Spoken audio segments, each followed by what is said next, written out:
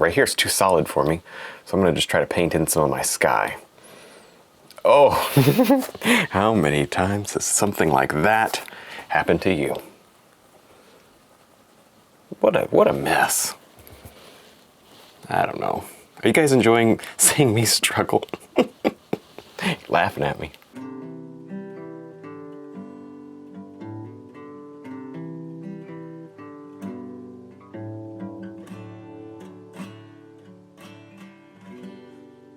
Hi, I'm Kevin Hill, and today we're going to discuss maybe one of the biggest problems that most oil painters have, which is creating mud and having a hard time with a slippery, wet canvas, and I'll show you how to avoid it completely. If you're looking forward to seeing this and you're excited about it, be sure to leave a like and subscribe for more painting videos. All right, let's get started. There, I'm just finishing up with a little sky. So what I did was I did clear gel and white, just like we always do, and then a little bit of blue, a little speck of red in there just to create a quick sky. That's all there is to it. And it's important that you do this experiment, or if you're practicing, with the clear gel and white background. Otherwise, there's no point to practicing because it's not even similar to regular painting. All right, here we go. 2-inch brush. I'm gonna repeat, what I do here. I'm gonna do a tree, and we'll see if I do anything else. Mostly a tree, because that's where a lot of the mud can happen. Foreground trees and whatnot. And honestly, the colors don't matter, so who cares? Sap green, black, whatever.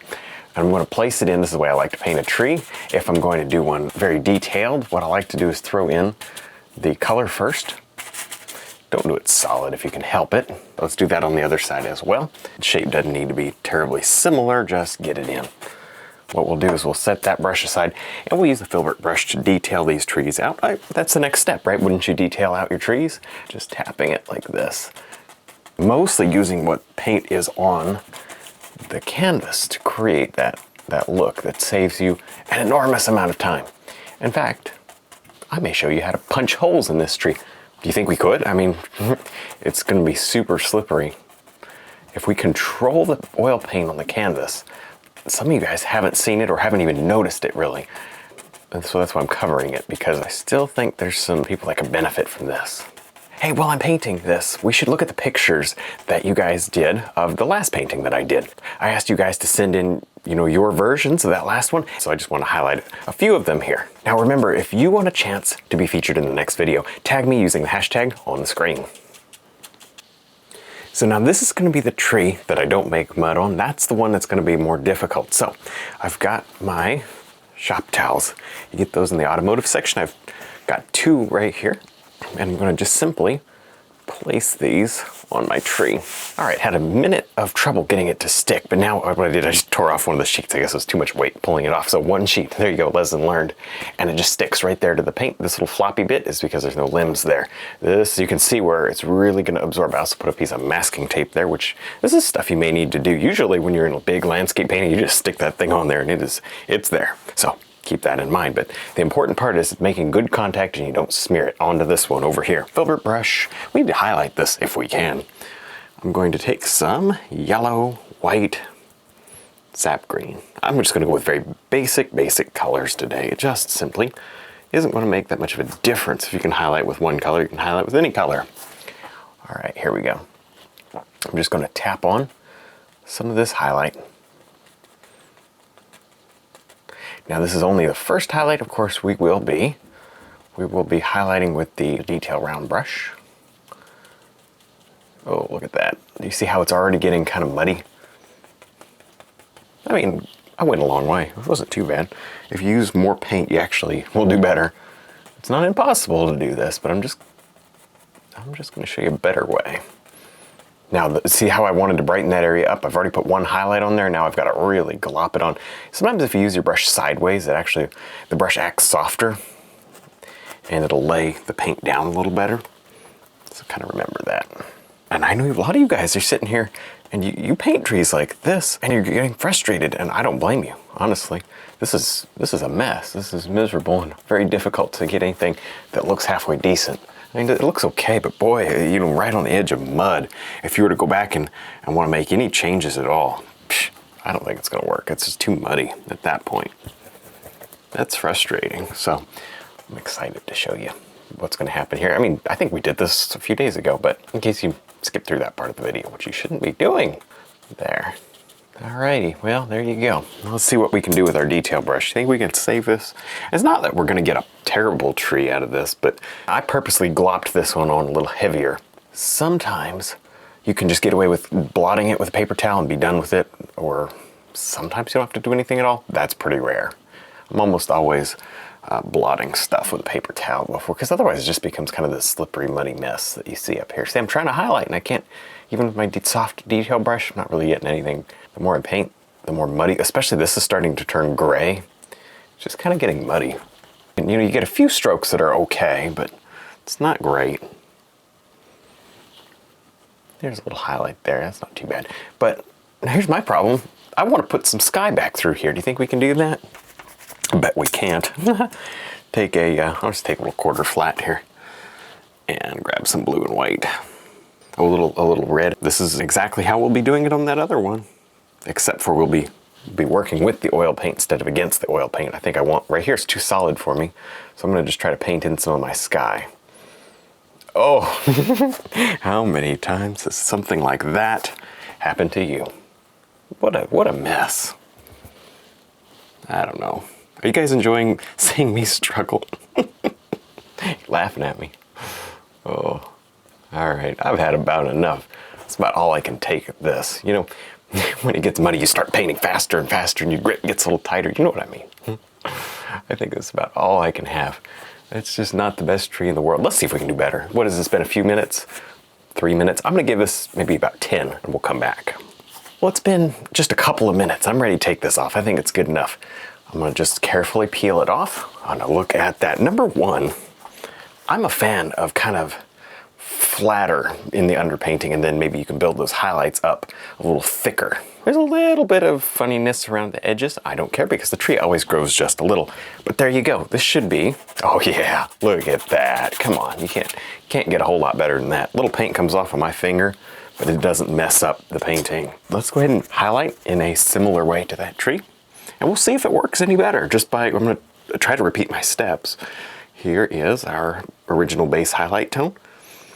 Don't go quite as bright as you want the final to be, because you can put those brighter ones on with the detail brush again. You know what I see the big difference is, you're looking at these, I see the greens are really coming through. The greens are very much pronounced. Over here the greens are very muddy, especially along this left edge where there was more paint.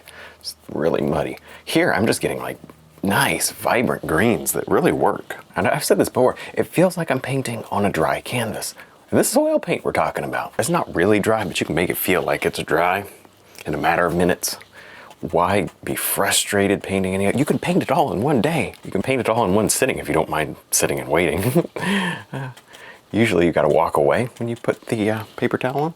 Go get a cup of coffee, come back in 5-10 minutes, whatever, depending on how much paint you have down, really. And if you come back and it's not enough, you can put another paper towel in there. And actually, not paper towel, shop towel. You don't want your favorite paper towel brand being smooshed right across your tree. That would be kind of sad. Ask me how I know that. A little darker green in through here. Oh, that's beautiful. We can work with this. And have you noticed something? This tree's taking less time, and it's more fun because I'm not fighting that mud. I've done nothing but use the filbert brush, and it's already looking like a tree instead of like a blobby mess. And I'm excited by that. All right, here. Detail brush. There's some titanium white. Let's get us a nice bright color, because we can do that. We have the ability to go so bright, we don't need near as much paint. This will actually save you paint in the long run. Save you a lot of paint, because when you paint mud, you know, when you start mixing mud, you start losing a lot of your paint. A lot of it ends up just being built up and then dirtied up. Like, I used up a big blob of white painting that tree. I've used up like a dime-sized little bit of white on this tree. It just shows you how much paint you save. The other trick that I'm doing is, because see how we kind of made a little funny edge? I'm coming outside of that funny edge, and I'm painting in these little leaves. Helps to cover that up. And also will give you a brighter effect, because you're not going over anything except that blue sky. This works in all situations too. It doesn't have to be a tree, but I think the tree is where it shines. You can tell the difference the most.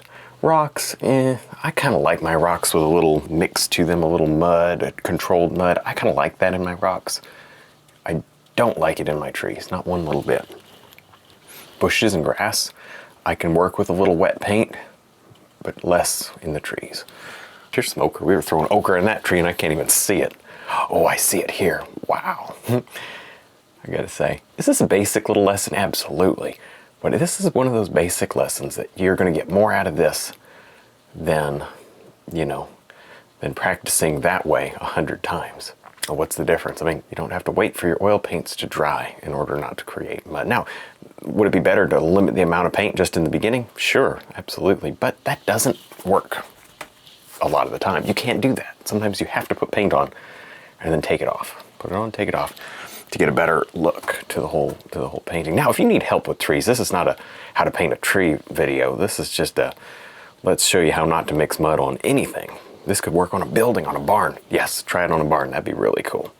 But if you need help painting trees, we got all sorts of lessons, the full-length DVD lessons or downloads, if you'd rather have the downloads quick and easy.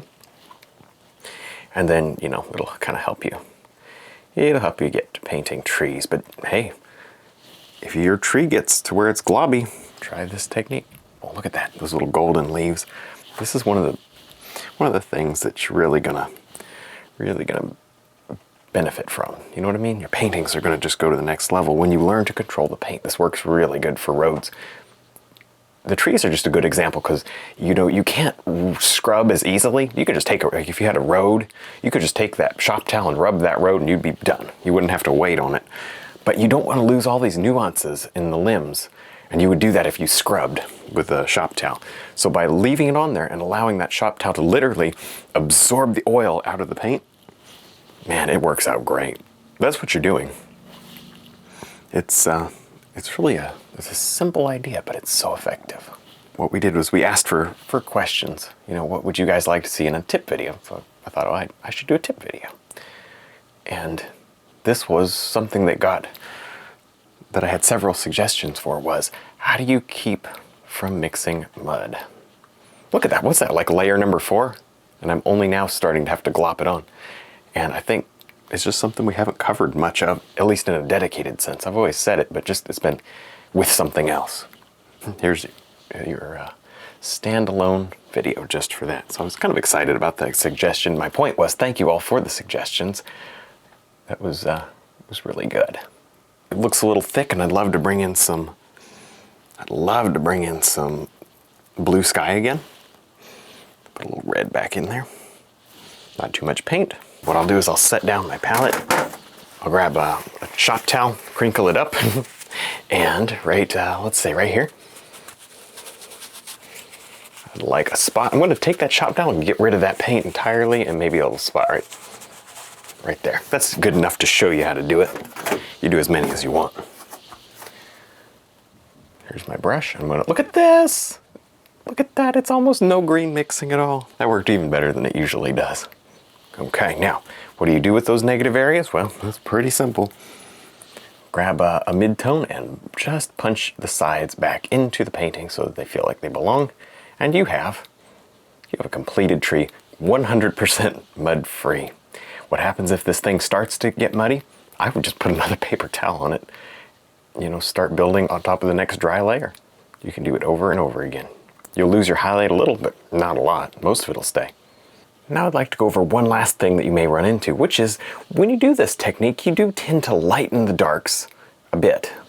The final step to any tree, basically, or most objects that you paint using this method, is to pop the darks back in. Just kind of sparse to bring in a little bit more of that shadow and that contrast that we maybe lost out on. See that? Especially on the left side, but you can really make these things start to look like they're, whoa, drop my brush. Did you see that catch?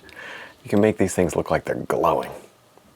But even still, with the limited amount of time you've invested, it's a very decent tree with no mud.